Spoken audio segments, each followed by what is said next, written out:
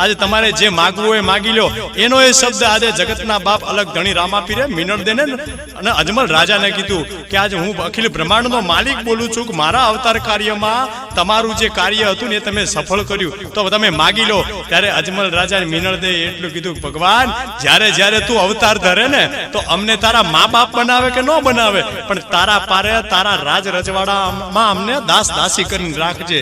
એ દિવસે જ્યારે રામાપીર સમાધિ લેવા જાય છે ત્યારે તો ડાલીબાઈને ખબર પડી કે જગતનો નાથ અલગ ધણી રામોપીર સમાધિ લે છે.